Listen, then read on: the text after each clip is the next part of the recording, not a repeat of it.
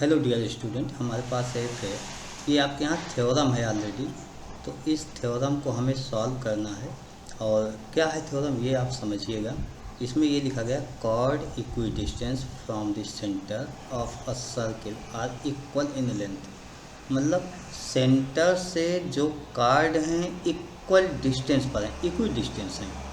ठीक है, equal distance पर हैं, दो कार्ड हैं वो इक्वल डिस्टेंस पर। अब हमें ये शो करना है कि उनकी लेंथ इक्वल होती है, लेंथ में वो दोनों इक्वल होते हैं। तो सबसे पहले हम लोग क्या करते हैं, सबसे पहले हम सर्किल बना लेते हैं। तो आइए हम लोग सर्किल बनाते हैं और उसके बाद क्वेश्चन को प्रोसीड करते हैं। सबसे पहले हम सर्किल बना लेते हैं। इसमें क्या है कि दो कार्ड आपके पास दिए होते हैं। चलिए हम लोग दो कार्ड किसी भी तरीके से ऐसे बना लेते हैं, दो कार्ड। देखिए किसी भी तरीके से आप बना सकते हो, कहीं भी बना लो, ऐसे बना लो या अलग से बना लो। आप चाहो तो इसको अलग से बना लो, कोई दिक्कत नहीं, कहीं भी बना लो। जैसे मैं इसको ऐसे भी बना लिया। और ये सेंटर से इक्वल डिस्टेंस पर हैं, इक्वल डिस्टेंस पर हैं। इसके नाम भी मैं लिख देता हूँ। मान लीजिए सेंटर ओ है, दिस कार्ड ए बी है, दूसरा कार्ड आपका पी क्यू है, ऐसे हमने नोट कर लिया। ये इक्वी डिस्टेंस हैं। देखिए सबसे पहली बात आप ये इतना याद रखो कि कभी भी जब लेंथ की बात होती है तो इसका मतलब लेंथ शॉर्टेस्ट होती है, मिनिमम होती है। और मिनिमम डिस्टेंस हमेशा परपेंडिकुलर होती है। तो आप अपनी तरफ से लिख सकते हो। देखिए गिवन क्या है ये आप लिखो पहले, गिवन ये आप नोट कीजिए, उसके बाद हम लोग नोट करेंगे। गिवन क्या है, in circle, in circle centre O radius R, in centre this है। ठीक है, क्या गिवन है, equidistance from the centre of a circle equal length. मतलब इक्वल लेंथ होती है तो इक्वी डिस्टेंस है। इसका मतलब ओ से जो इस पे कार्ड पे परपेंडिकुलर लाइनें बनी हुई हैं, ओ एम ओ एन, ये इक्वल हैं। तो इसमें क्या गिवन है, O M equal to O N. अच्छा, ये तो गिवन हो गया। तो प्रूफ क्या करना है, आपको क्या निकालना है, आपको ये निकालना है कि ए बी इक्वल टू होगा पी क्यू के। ये आपके सॉल्व करना है। अब हम लोग देखिए इसमें कॉन्स्ट्रक्शन आप लिख सकते हो और ना लिखो तब भी कोई बात नहीं है, लेकिन लिखना चाहो तो लिख लो। कंस्ट्रक्शन में क्या होता है, हम सबको ज्वाइन कर लेते हैं बस। जैसे ओ से ए को ज्वाइन कर लिया मैंने, ओ ए ज्वाइन कर लिया, ओ से बी को ज्वाइन कर लिया, ओ से पी को ज्वाइन कर लिया, ओ से क्यू को ज्वाइन कर लिया। तो ऐसे आप ज्वाइन कर सकते हो। आप सबको ज्वाइन करो, मैं तो कहता हूँ सबको ना ज्वाइन करो, आप केवल दो को ज्वाइन कर लो बस, उतने से हमारा काम हो जाएगा। तो आप ये लिखो, join A O and okay, बस आपने इतना लिखा है। देखिए अब हम लोग प्रूफ में आते हैं, इसकी प्रूविंग कर लेते हैं। तो प्रूफ लिखते हैं। प्रूफ में क्या करेंगे आप ये समझिए। सबसे पहले आप ये कहोगे O M is a distance of a line from A B. ठीक है, ओ एम आप ये लिखोगे, ओ एम। देखिए जब कभी डिस्टेंस की बात होती है, जैसे ओ से ए बी की डिस्टेंस, तो ये जो ओ एम होता है आप ये स्वतः कह सकते हो O M is distance to A B, therefore O M perpendicular on A B. ये आप अपने आप नोट कर सकते हो, क्योंकि डिस्टेंस हमेशा परपेंडिकुलर डिस्टेंस की बात होती है। तो सिमिलरली आप ये भी लिख सकते हो O N perpendicular on P Q. ये तो आपके एक तरीके से गिवन हो गया। अब आपके पास दो ट्रायंगल है, दोनों ट्रायंगल देखो, दोनों ट्रायंगल को हम नोट करते हैं और इसी कुछ ट्रायंगल में ही हम लोग सॉल्व करने का प्रयास करते हैं। इन दोनों ट्रायंगल्स में आप नोट करोगे, in triangle,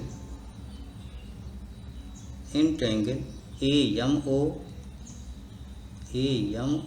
and triangle Q N O, इसमें क्या गिवन है, A O equal to O Q, ये दोनों रेडियस हैं।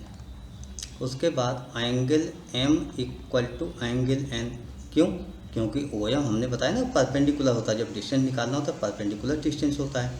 तो ईच 90, ईच 90। उसके बाद आप ये लिखोगे ओ एम इक्वल टू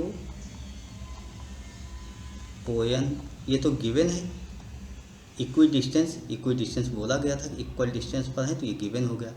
अब यहाँ पर आने के बाद आप एवो देखो क्या है। एवो को अगर आप थोड़ा सा सीरियसली देखो, M90 और 90 के अपोजिट है, मतलब ये हाइपोटेनियस है।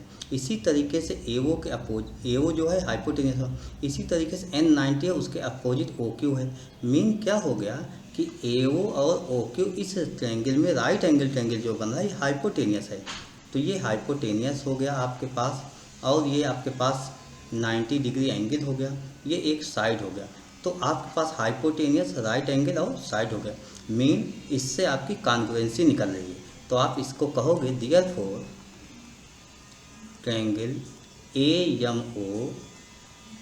AMO कॉन्ग्रुएंट ट्रायंगल QNO, आप ऐसा लिख सकते हो। और इसका कंडीशन होगा RHS। ये RHS वाली प्रॉपर्टी यूज हुई और इससे आपने निकाल दिया कि ये कॉन्ग्रुएंसी होगी। अब आप यहाँ से निकाल सकते हो, यहाँ से स्टार्टिंग में क्या लिखोगे, अगर आप चाहो तो AM इक्वल टू QN ही लिख सकते हो CP/CT से। तो हम लिखते हैं AM इक्वल टू QN, ये साइड होती है बाई CP/CT। एक बात तो ये हमारे पास हो गई। अच्छा, दूसरी बात, कार्ड पर अगर हम परपेंडिकुलर ड्रा करते हैं तो हमने एक थ्योरम सॉल्व की थी। कोई भी लाइन अगर OM परपेंडिकुलर ऑन कार्ड, कोई भी कार्ड हो, जैसे यहाँ पर AB है, then perpendicular line bisect the chord. ये आप पहले से जानते हो कि बाइसेक्ट करता है। तो इसका मतलब क्या हो गया कि AB जो होता है, AB पूरा कार्ड जो होता है 2 टाइम AM हो जाएगा, 2 टाइम AM हो जाएगा। ये देखिए AM जो भी हुआ इसका डबल करेंगे तो AB आ जाएगा। ये हमने लिख लिया। तो इस तरीके से मैंने नोट किया AB इक्वल टू 2AM। और सिमिलरली हम अब यहीं से सिमिलरली करके हम लिख लेंगे, दूसरे को हम नहीं लिखेंगे, मैं यही लिखूँगा सिमिलरली। उसमें PQ इक्वल टू हो जाएगा 2 टाइम QN, और बिनो या as above AM equal to QN as above. अभी आपने ये सॉल्व किया है कि AM QN के इक्वल होता है बाई CP/CT।